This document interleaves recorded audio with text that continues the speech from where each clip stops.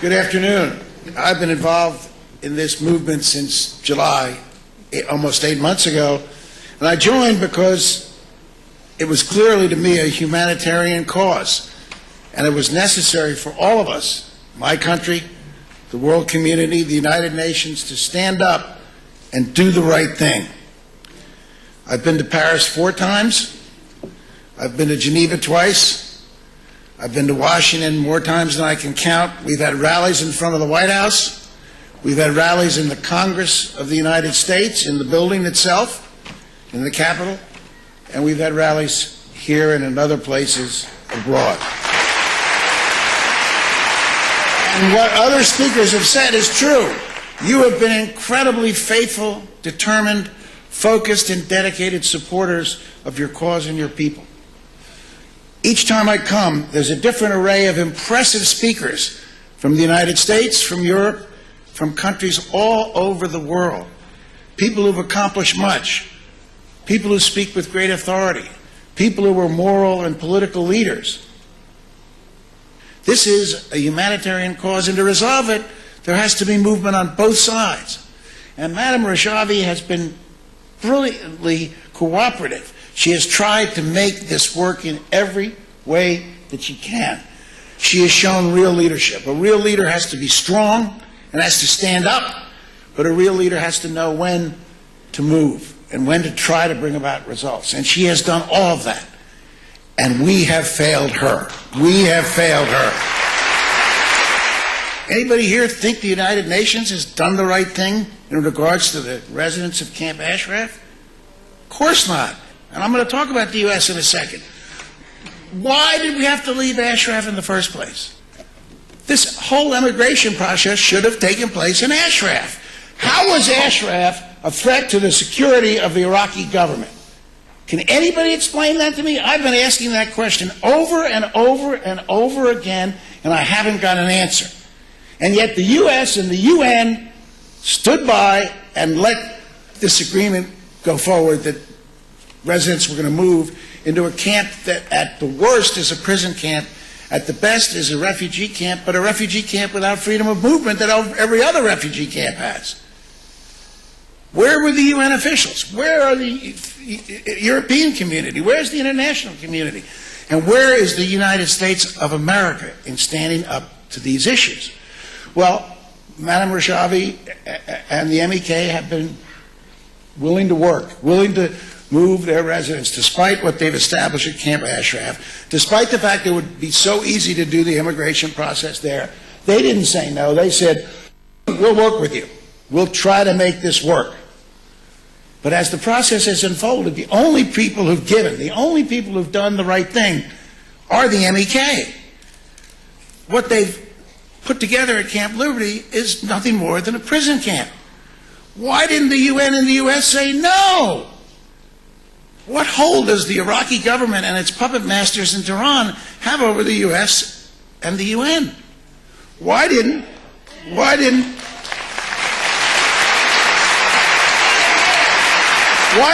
the international community, the UN and the US say no police inside the camp? It's a secure camp. If you're worried about, and you're not going to give freedom of movement, you can station police outside the gate to make sure nobody leaves. But if you put police inside the gate, you're just asking for harassment and a confrontation. Why didn't the international community, the UN and the US, say no to the Iraqis? Because we didn't have the power? Because they're a sovereign nation? Because the Iraqis aren't interested in the weaponry that the United States is going to give them? Why didn't we say no? Why didn't we stand up and say the MOU is being violated? The same MOU that the UN put together, the UN won't even enforce. The UN won't even enforce the MOU that Ambassador Kobler signed. It's already been violated in regards to personal property and automobiles. Where is the backbone of the UN? Why doesn't it say to the Iraqi government, you signed this, those automobiles and the personal property is coming into Camp Liberty, period. Period. UNHCR says freedom of movement is essential. They produced a document about 10 days ago saying freedom of movement is essential to any refugee camp. And yet the Iraqi government said no freedom of movement. Why didn't we object when the original camp was supposed to be literally 10, 15 times bigger than the area in this camp? Why didn't we object to the fact that there's no recreation, no facilities for women, no facilities for the disabled, no facilities for the sick? How dare they say that this camp meets basic standards? This is a humanitarian issue. And by the way, this is always referred to as a temporary transfer station.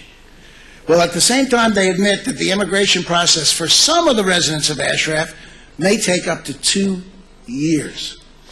Anybody here think 2 years sounds temporary? And yet that's the excuse they give for the low standards. Well, it's only a temporary camp. Nobody's going to have to live in here very long.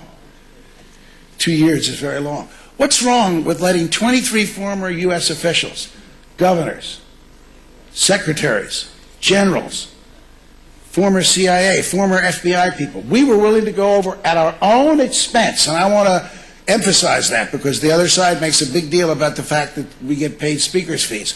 All 23 of us were willing to go over, we told Madam Rajavi, at our own expense to look at the camp.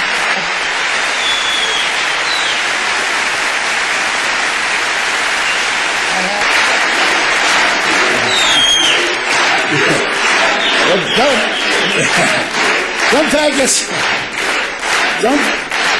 Don't thank us yet. We haven't gone. And the reason we haven't gone is because the Iraqi government said no.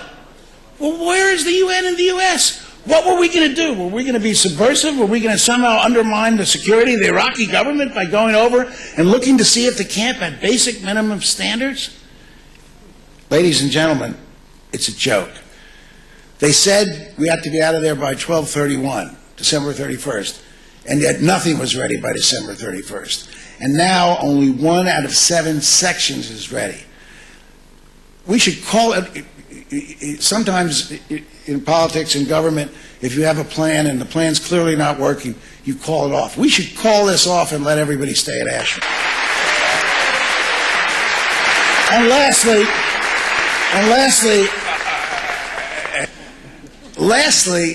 I want to talk about the U.S. Ambassador Daniel Fried, it's on February 7th. The United States is not the sovereign in Iraq. Iraq is the sovereign. Well, that's the mindset that our government has had from the beginning. Well, that makes no sense. I want to ask you a historical question. Was the United States the sovereign in Kosovo when we used our air power to save over 1 million Muslims from genocide? Of course we weren't the sovereign in Kosovo. Was the United States the sovereign in Benghazi in Libya when President Obama organized the NATO airstrikes that tumbled the Libyan government and saved hundreds of thousands of Benghazi residents from genocide? No, we weren't the sovereign there, but we acted. We showed strength, we showed backbone, we showed courage. We did the right thing.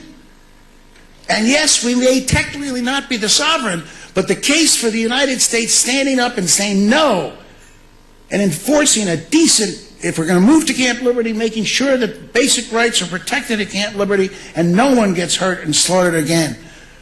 The United States has a responsibility above and beyond what it had in Kosovo and Benghazi. Because there we acted in the best tradition of the United States of America, trying to protect the freedom and liberty and basic human rights of individuals anywhere in this world. Is what has always made me in my entire life proud to be an American. We acted in that tradition. But here, we have a different level of moral and legal responsibility, because when the residents of Ashraf surrendered their weapons, and General Phillips tells me that they were excellent fighters and people who could have used those weapons to defend themselves big time, when they surrendered their weapons to the United States military, each one of them got a signed contract from the United States saying that we would protect them. I still am a lawyer. I used to be a practicing lawyer, and I was a pretty good one.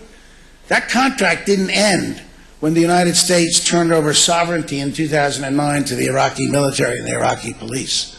That contract, that promise, legally is in force and morally remains in force. So if we acted in Benghazi, if we acted in Kosovo, We need to act in Ashraf. We need the United States.